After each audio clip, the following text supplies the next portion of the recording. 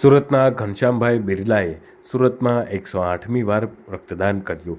108મી વખત રક્તદાન કરતાં સુરતના મેયર દ્વારા તેમનું બહુમાન કરાવાયું।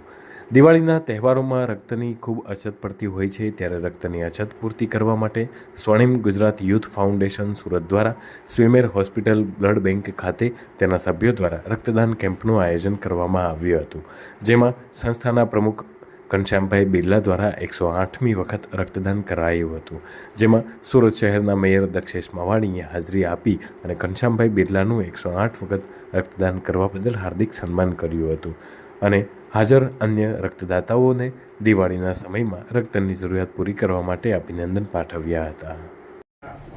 નમસ્કાર મિત્રો, આજે ઘનશ્યામભાઈ બિરલા 108મી વાર રક્તદાન કરી રહ્યા છે, ત્યારે હવે એમની ઉંમર પણ થવાની છે, એટલે કે 60 વર્ષે પહોંચે છે, એટલે 108 વખત રક્તદાન કરી ચૂક્યા છે। ત્યારે આજના આ કાર્યક્રમની અંદર સુરત મહાનગરપાલિકાના પ્રથમ નાગરિકને મેયર એવા દક્ષેશભાઈ માવાણી ખાસ ઉપસ્થિત રહ્યા છે। ત્યારે આપણે બે શબ્દ દક્ષેશભાઈ પાસે પણ આ બારામાં સાંભળીએ।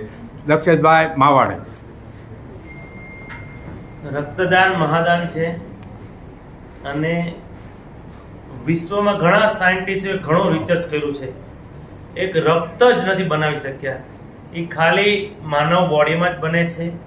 એટલે મારા કાર્યક્રમમાં જ્યાં પણ રક્તદાન હોય તો હું જાઉં છું, પણ ઘનશ્યામભાઈ બિરલા એવા વ્યક્તિ છે અને રક્તદાન કરવા માટે એણે પ્રેરણા આપી છે।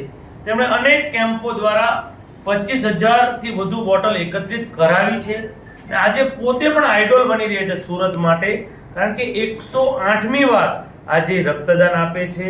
કદાચ સુરતમાં 2-5 જણા હશે, એમાંથી ઘનશ્યામભાઈ હશે।